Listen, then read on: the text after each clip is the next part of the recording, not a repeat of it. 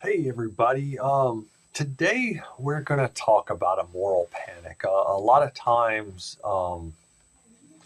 the American public and especially radio shows and talk shows and stuff like that will pick up on something and they'll absolutely blow it out of proportion. This is the thing that is causing all sorts of problems in the country and stuff like that. And this is one of those times. We'll have more in the future and stuff like that. Later on, we'll have a lecture on Dungeons and Dragons as a moral panic and other kinds of rock music and stuff like that. Everything freaks out people for some weird reason because I think we don't want to figure out and address the actual reasons for the actual problems, and so these are simplistic scapegoats that we can jump on. So this is one of those times. Anyway, following World War II, post-war America has a lot of good things that are happening. There's a lot of prosperity, huge industrialization boom as the country switches from military production to civilian goods. There's a lot of people that have worked all through the war years, but there wasn't really anything to buy because industry was focused on military goods. And so there's sort of a forced savings plan because there wasn't anything to spend your money on. And so a lot of people have a lot of cash at the end of the war. So there's, this big wave of prosperity, for much of America, not all of it, but a lot of it. But one thing we do have an issue with is there seems to be a serious problem with juvenile delinquency. And we always worry about, kids these days kind of a thing. And it seems like there are a lot of young men that are out there in the cities, especially resorting to robbing people and committing violent acts and stuff like that. This coincides in 1954 is when we're going to have this specific event. This coincides in New York, especially, that the city is really, really pushing sort of a clean up the streets program. They're really, really going after politicians, some of the newspapers and stuff like that are really, really wanting to address issues of vagrancy and minor criminals out in the streets. And so 4 young men out in Brooklyn, an 18-year-old, two 17-year-olds, and a 15-year-old get together and they sort of see themselves as agents of this effort to clean up the streets. Nobody has tapped them specifically or anything like that. They just get it in their heads that they are going to go out there and take care of this stuff on their own. And so they started just beating up homeless people. The city is trying to address homelessness, and there's a lot of politicians that are attacking, like verbally attacking the homeless, not literally attacking them, but verbally attacking the homeless. That these people are being lazy, they're just kind of mooching off society. They need to go out and get jobs and be productive member of society. What's wrong with all these kind of folks like that? That's what a lot of the politicians are railing about. And so these kids see themselves as, oh, well, we're going to help out on this front. And so they start going out and beating up homeless people. Like that's going to solve the issue. It's not, but that's what they see it as. After beating up a few homeless people, they find a homeless alcoholic and they literally beat him to death. A couple of days later, they find a guy asleep on a park bench. They beat him up and they throw him in the East River where he drowns. So they've killed 2 people at this point. And the boys were arrested a few days after that second murder. And they start talking. They, I'm guessing, see themselves as the, justified and righteous in their actions. And so they start talking and discussing what they did openly with the police. They were claiming that all of these vagrants were social parasites. And that's probably a phrase that they picked up from the politicians that are verbally attacking the poor. Welfare had recently been created. Social Security had been a New Deal program out of the Roosevelt administration. A lot of unemployment insurance had also been created out of the Roosevelt administration during the New Deal. And so, and even when those were being created, they were attacked by opposing politicians that it would create these sort of social parasites, in quotes, that these four kids are going after. Alf Landon was a politician that very much opposed a lot of these New Deal programs.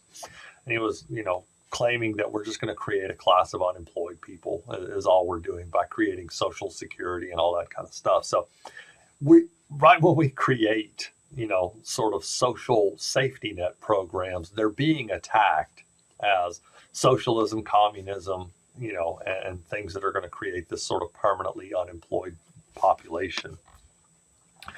So the boys just freely admit to a lot of their actions. They also admit to horsewhipping a couple of girls. In the photograph there of the newspaper, the guy in the suit with his hand up is the district attorney. The other four people in the picture, including the guy seated in the dark gray suit, all four of those are the suspects in this case. The district attorney is sitting there, and you can't quite see it in that picture, but he's holding up a bullwhip that the kids had used to hit or to beat a couple of girls that they claimed were out too late. And so they're kind of the moral police now, apparently. They also admitted to pouring gasoline on a homeless guy and setting him on fire. And after interviewing these four kids, and I know that they're like on the threshold of being adults and stuff, but I'm old, and so I'm like, these are kids. So, but after interviewing these four people, the district attorney said that they didn't rob anybody, and the people that they're robbing don't have any cash. But the district attorney said they didn't rob anybody; they just did it for the thrill of it gave them, and so the press dubs them the Brooklyn Thrill Killers. And so now these guys are going to be prosecuted. They're going to be brought up on charges. But now what the heck? We've got to figure out what the heck caused these kids to do that. And, a sort of a surface possibility that caused them to do that is the rhetoric being thrown out there by a lot of politicians and a lot of the press that are, claiming that the homeless are social parasites and all that kind of stuff. But that really would paint these politicians and the press in a bad light. And so let's not go there. Someplace easy that we can go is that we can claim these kids were reading comic books. And apparently the leader of the boys, the 18-year-old, was a big comic book reader, and supposedly, he saw himself as some sort of vigilante cleaning up the streets. And so we're really going to link the crime that these kids committed to comic books. Comic books depict a lot of crime. They have a lot of horror stories. They do a lot of criminal activities, even with superhero comic books. And so we're really, really going to focus on comic books as the cause of these boys' crimes, as well as this sort of wave of juvenile delinquency that's spreading across the country. And about a year or so before this, a psychiatrist, psychiatrists usually prescribe medication, psychologists do talk therapy. A psychiatrist named Frederick Wertham wrote a book called Seduction of the Innocent, The Influence of Comic Books on Today's Youth, where he really digs deep down and goes after comic books as this corrupting factor of American youth. Um, this, you know, hopefully you're listening to this and your reaction is, well, that sounds absolutely silly. And there's no bearing at all on comic books and juvenile delinquency. Hopefully that's what you're thinking right now, but you may not be. I don't know. But today, today we have the same sort of arguments. And the big one that I've heard over probably the last 10 years at least are violent video games. Violent video games are the cause of children going out and engaging in shooting crimes and all kinds of stuff like that. Those are easy things to go after, a big thing that I heard a lot for the longest time. I think a lot of the sort of the press has moved on, is Grand Theft Auto. Grand Theft Auto is a fantastically fun game. In a virtual world, you go out and you get to carjack people. You can, shoot other people that are out there in the virtual world. You can, beat up people that, have supposedly wronged you or something in the game, and all kinds of cool stuff like that. But it's all just in a virtual setting. And I played Grand Theft Auto a whole lot, and I've never really felt the need to go and carjack anybody or shoot anybody or beat up anybody or anything. But it's just an easy kind of a thing, a scapegoat for this. So, it could cause problems, though. I mean, I played a lot of Grand Theft Auto. I watched a lot of horror movies. I read a lot of comic books, and I became a college professor. So this stuff could be dangerous. Who knows? It may have had a really negative effect on me, depending on your point of view. So Wortham, though, is going to argue that all of these horror comics, especially true crime comic books, even superhero comic books, are all absolutely terrible. And some of the things that Wortham argued is that comic books encourage homosexuality, is one of his arguments. He argued that Batman and Robin were gay. He also, and I'm not really, it was because of their relationship, he argues this. He also argued that Superman was un-American and fascist, which even if you're trying to reach and trying to pull some stuff, I don't know where he's getting that one.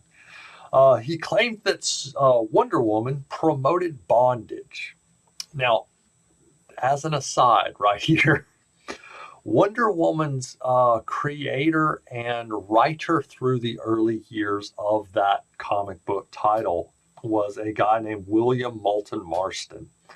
And Marston was into bondage, and him and his wife, they also had a girlfriend, so they were kind of in this really interesting polyamorous relationship. They were into bondage. Now they weren't hurting anybody. They weren't, promoting this out in public. They very, very much kept this to themselves. But, so you do, if you read about Marston and you kind of read some Wonder Woman, you do pick up on a little bit of kind of stuff within the title that sort of bleeds from his real life. Just as another aside that just popped into my head, Wonder Woman has are they golden bracelets? I don't remember if they're gold or bronze. I can't remember the type of metal. I think they're gold, which doesn't make sense because gold is kind of soft. Anyway, Wonder Woman has her magical golden bracelets on each arm. Well, Marston and his wife were married and they wore wedding rings, but their third person in the polyamorous relationship, their girlfriend, I'm looking for a word here, she wore golden bracelets, kind of as a symbol of her connection to Marston and his wife.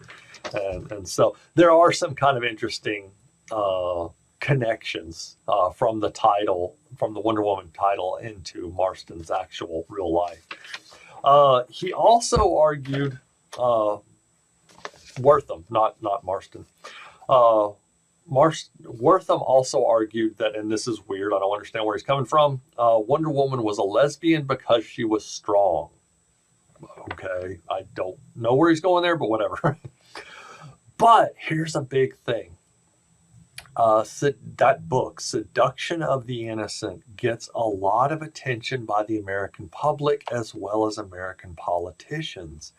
And there are calls to do something about these horrible comic books and their horrible influence on the American youth. We need to do something about this, is the argument. And so in a lot of cities, they are going to have sort of these big local comic book burnings.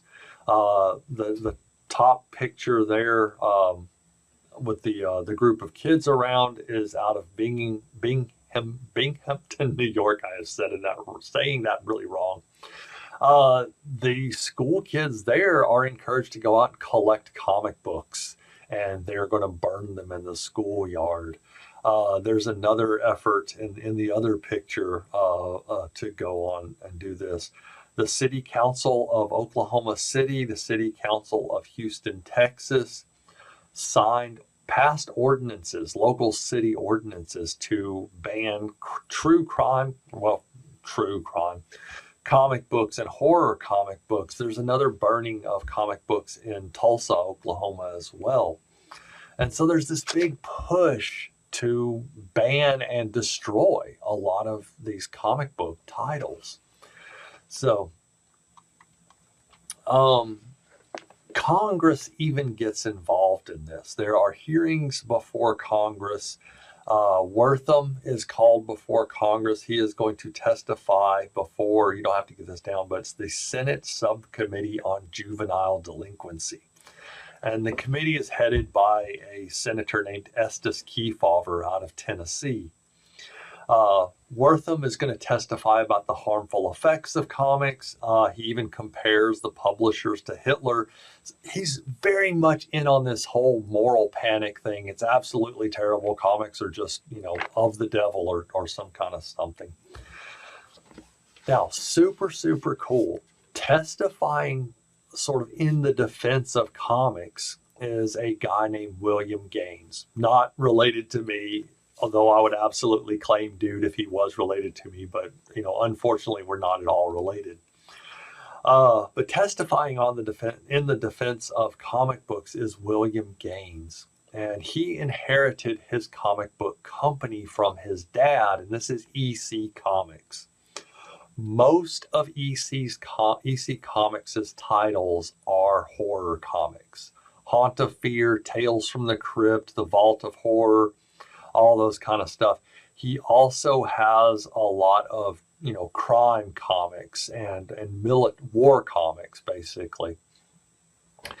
And he is very, very concerned because his comic titles, his entire line almost, are the lines that Wortham is attacking as very, very terrible for the youth of the United States. Ultimately, Congress compiles a report. Kefauver is going to sign off on it, that comics, there's not really any link between crime and comics, but the damage has been done at that point. The American public has been riled up. We're freaking out about, oh my gosh, what is this going to do to little Timmy and stuff if he's home reading The Vault of Fear and stuff. I had a lot of reprints of those. I didn't have the original. Man, I wish I still had those. But I had a lot of them, and I still remember a lot of the stories. Again, history professor, corrupting influence on people. Now, Gaines saw the writing on the wall. He saw that something was going to come down the pike, and it was going to be bad for his all of his comic lines, just about. And so a big thing that he does is that one of his comic book titles was a comic book called Mad. He changes the title to Mad Magazine. It's no longer a comic book, now it's a magazine. It's not going to fall within the realm of comic books anymore. He aims it at a slightly older audience. I started reading Mad partway through elementary school, so it's not that much older. But he really aims it at a slightly older audience. and it's Mad Magazine, and he'll continue to publish that for a very, very long time. I think he was involved in Mad all the way up until the time he passed away, sometime in the 1990s, I believe, is when William Gaines passes away. So he is going to be out of comics. He's going to bounce and form Mad Magazine, and he'll continue publishing that way. He'll actually attack a lot of people in Mad Magazine on First Amendment issues and stuff like that, and lampooning people that sort of promote these moral panics and stuff like that. So that's kind of cool as far as a pushback against that. But the rest of the comic book world is going to now fall under the sort of the policing of the Comics Code Authority. Now, big thing, publishers don't have to legally follow the Comics Code Authority. You can publish whatever the heck you want. You know, you can go and keep publishing true crime comics or horror comics or anything like that you want. The deal is that the distributors that send your comics to the comic book store. So you take your comics, you publish them and print them, and then you send them over to the distributor, and then the distributor is who is going to carry all those titles, and comic book stores order directly from distributors. They don't, at this time, I don't know how they're doing it today, they may do differently, but at this time you order from a comic book distributor. Comic book distributors are not going to carry any comic books that do not have that seal on it. And so we created this sort of institution of self-censorship. The comic book industry itself is going to police itself. And if you don't have that seal, you don't sell comics. You can print all, like I said, you can print whatever the heck you want, but you're not going to sell them outside of, you driving to a comic book store and, hey, would you sell my comic? You're not going to get much traction with that. So what you would do is you would print your comic book out. You would send the title to the Comics Code Authority. They would look at it, read through it, make sure that you didn't have any kind of harmful issues inside the comic, and they would put their seal on it. And then you would print those with the seal of approval, and then that would go to the distributor. And this is very, very effective. Pretty much the Comics Code Authority is in power from 1954 when it goes into effect until about 2011. There are some issues that kind of pop up, but they're pretty much in power until 2011. Some of the requirements, and it's really interesting if you want to dig down into this quite a bit, just look up 1954 Comics Code and you can see the entire list. It gets revised in 1971 a little bit, and I'll say a couple of words on that, but if you want to dig down into the entirety of it. But some of the bigger issues in the Comics Code Authority from the 1954 version: if crime is depicted, it shall be sordid and unpleasant activity. So crime can never be depicted as a positive. Nobody can profit from crime. No, crime cannot be rewarding. Policemen, judges, etc. shall never be presented in a way to create disrespect for established authority. So you can't have corrupt cops. You can't have cops that don't do their jobs. You can't have judges or politicians that are corrupt. Those people are authority figures and can't be questioned in comic books. Big one, always good shall triumph over evil. A really interesting one that really kills EC Comics. No Walking Dead, torture, vampires, vampirism, ghouls, cannibalism, and werewolfism shall be depicted. What's funny and tragic on that issue is this was once a very big problem for one of the comic book writers. One of the comic book writers was a lady named Mary Wolfman, and it was a problem putting her name on the pages as a writer because her last name was Wolfman. And so that was a problem. There actually was, some issues with that. No nudity nor profanity. Suggestive posture is also unacceptable. So you can't have, any of the comic book characters in suggestive poses at all.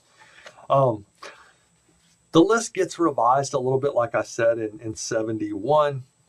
In 71, you can have some sympathetic issues with criminals. So you can have some criminals that enter the world of crime for sympathetic reasons. Maybe they were wronged or something like that. That makes people more interesting because people aren't just good and bad. They're very, very complex. By 71, you can also have a few corrupt government officials. Those people need to be brought to justice, but you can have some corruption within the government. And so everything is not completely just, oh my gosh, we have to respect authority kind of stuff. A big one that I think leads to the reprinting, and this is, I think, where I got those reprinted comics of the old EC comics, A Vault of Horror and stuff like that. Classic monsters such as vampires, ghouls, and werewolves are okay. So those people can be depicted. Drugs, for the first time, can be depicted as long as it's depicted as, quote, a vicious habit. This is really cool because that same year that the new revised Comics Code Authority revisions come out in 71, Green Lantern and Green Arrow number 85 in September of 71 was the first Comics Code approved depiction of drug use.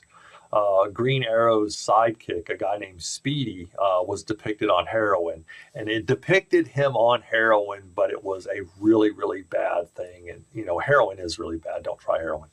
But it was, really depicted as the struggles and the terrible situation that Speedy found himself in. That's an interesting cover. You should go check that out. It's Green Lantern / Green Arrow number 85. There was quite a bit of a crossover between Green Arrow and Green Lantern. Anyway, the code finally starts to unravel a little bit around 2001. One of Marvel Comics's issues of X-Force was not approved by the code. They sent it off for the Comics Code to approve. The code did not approve it, and so they went ahead and sent it out anyway. And by that time, I think the distributors were like, this is a Marvel comic. It's probably not going to be too bad. We carry Marvel. It's fine. I don't even know if they had that much of a discussion about it, but if they did, that's what I'm imagining in my head. And so it went out and it sold fine, and so then Marvel just stopped submitting titles to the code. So 2001, Marvel Comics stopped submitting titles to the code. That was around the time when I started reading comics again. I read them like they were junior high and high school. I graduated high school in 93. So probably, I don't know, 85-ish, I started reading comics somewhat around then, and then read probably through junior high, so about 1990, and then I stopped in high school and then started probably around 1920-ish, started reading comics again. And it was really neat because I remember it was a big deal that Marvel stopped submitting theirs. Also, though, before that, a couple of other titles, Image Publications, published Spawn comic books, and they never sought approval by the Comics Code.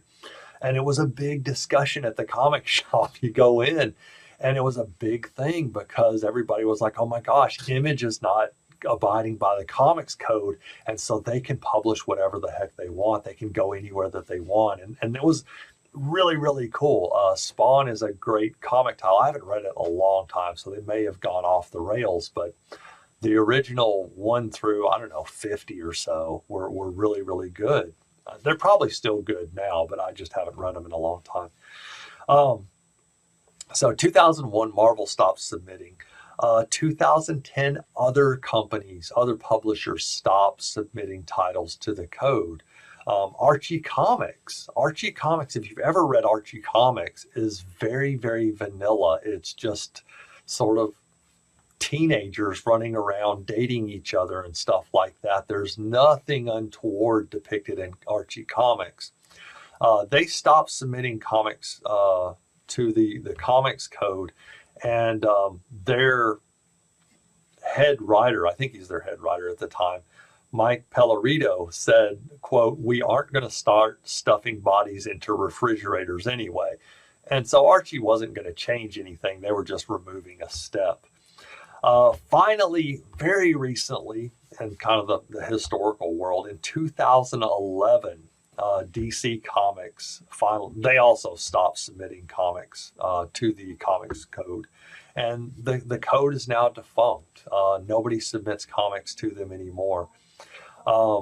Something kind of cool in that later that year, after DC stopped submitting comics and the code itself just kind of folds. The Comic Book Legal Defense Fund. It's a First Amendment organization that really caters to comic book sellers and publishers. Acquired the rights to the seal for the Comics Code Authority, and so you see it a lot on some of their work and things like that. So, really kind of interesting the way that we sort of pick something that is largely innocuous. Comic books haven't really harmed anybody, to my knowledge. Maybe they have. I don't know. One kid, some comic books fell down on him one time. That's mean. But comic books have never harmed anybody, but we go after these things with moral panics, and that's what we did in 1954 with the Comics Code Authority. We'll have more moral panics throughout the class. We'll have one that pops up in the 1980s and 90s, pretty heavy duty. But until then, we'll talk at you later.